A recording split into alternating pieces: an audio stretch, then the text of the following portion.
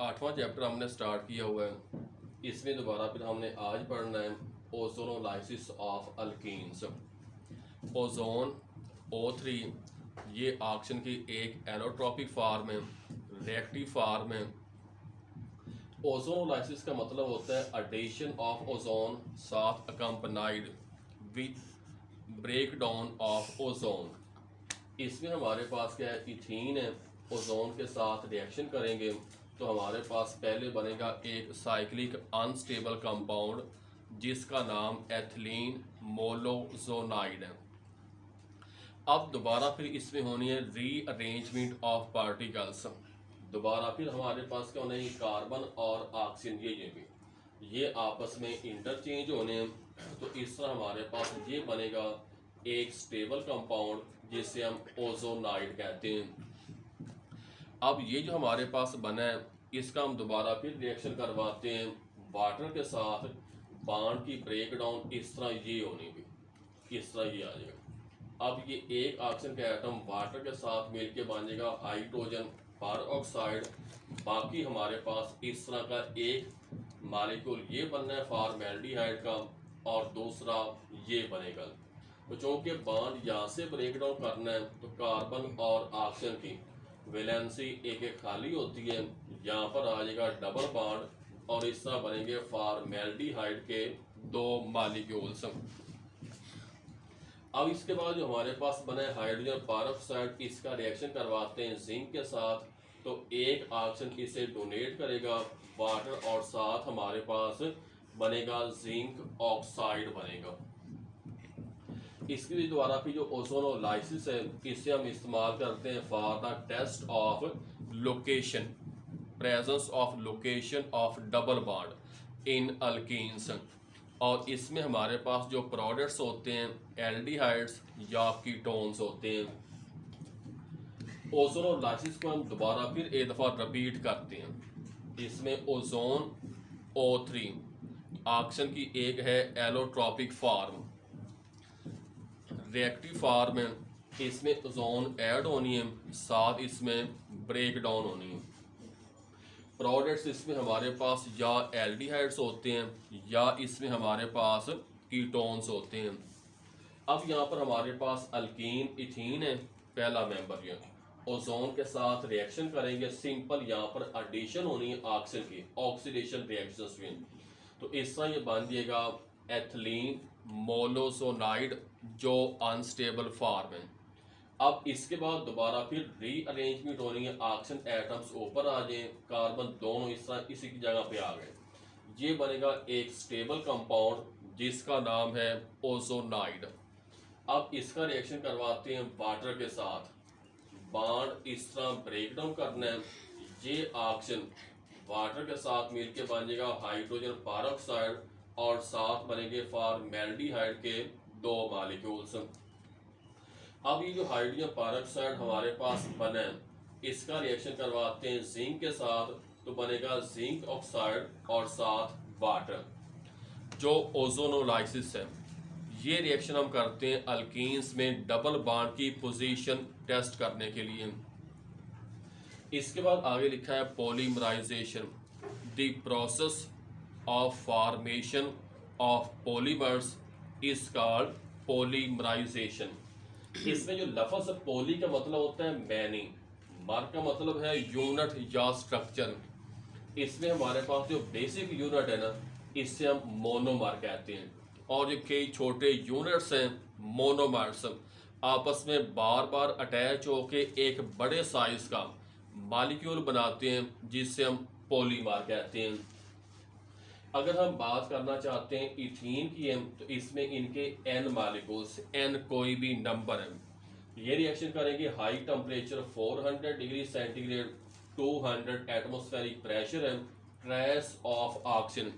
Oxygen हमारे पास बिल्कुल थोड़ी मिकदार में होते हैं। तो इस तरह यहाँ पर क्या होता है, डबल बॉन्ड खत्म हो गया तो हमारे पास ये चेन दोनों साइडों से आगे चलती है जिसमें n मोनोमर्स इकट्ठे होके एक लंबी चेन बनाते हैं। इससे हम कहते हैं पॉलीथीन या पॉली एथिलीन कहते हैं। अगर हम यहाँ पर जो प्रोडक्ट्स होते हैं बेस्ट क्वालिटी के हासिल करना चाहें तो इसमें टाइटेनियम टेट्राक्लोराइड या triethyl aluminium as a catalyst इस्तेमाल कर सकते हैं। दोबारा फिर हम पॉलीमराइजेशन करते हैं। पॉली का मतलब होता है ज़्यादा, मैनी, कई, बहुत से। मर का मतलब होता है यूनिट या स्ट्रक्चर को कहते हैं। तो इस तरह पॉलीमर बनाने के अमल को पॉलीमराइजेशन कहते हैं। एक ऐसा बड़ा मालिक्यूल जिसमें कई छोटे मालिक्यूल्स, जिससे हम मोनोमर्स कहते हैं, आपस में इकट्ठे होकर एक बड़ा मालिक्यूल बनाते हैं, इससे हम पॉलीमर कहते हैं।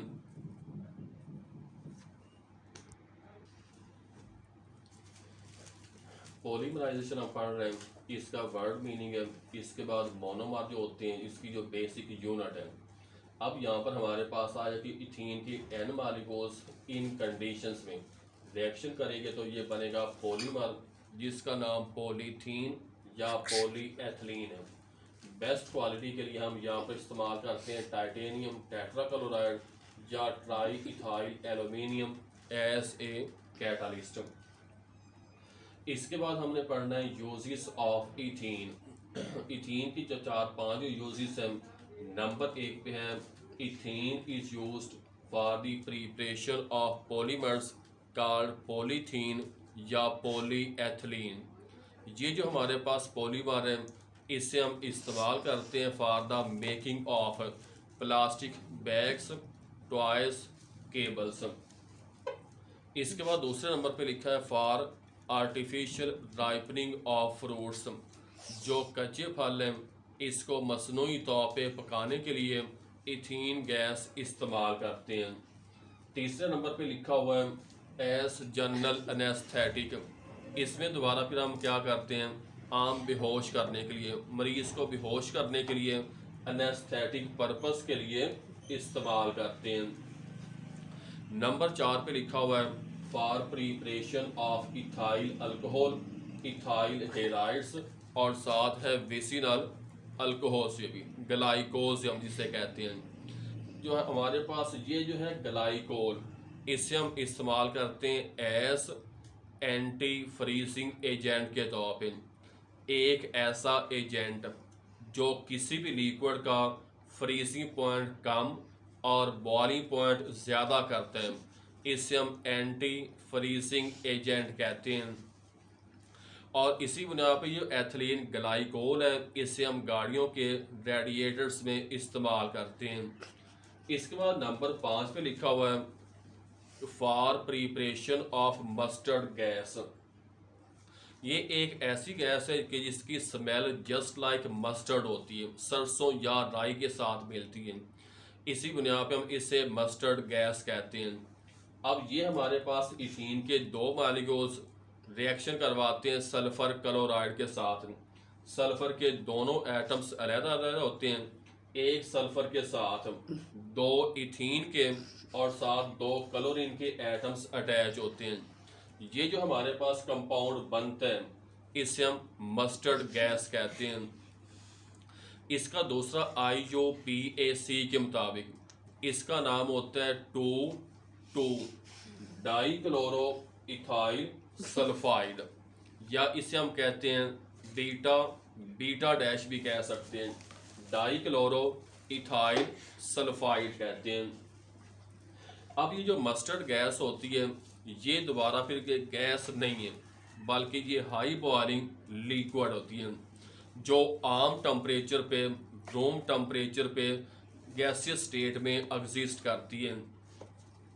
अब ये दोबारा भी जो है, जो मस्टर्ड गैस है, ये टीनी ड्रॉपलेट्स में छोटे छोटे कतरों की शक्ल में ट्रैवल करती है और जिस्म के किसी भी हिस्से पे लगती है तो वहाँ पर ब्लिस्टर्स मतलब आबले या ज़ख़म वगैरह पैदा करती हैं।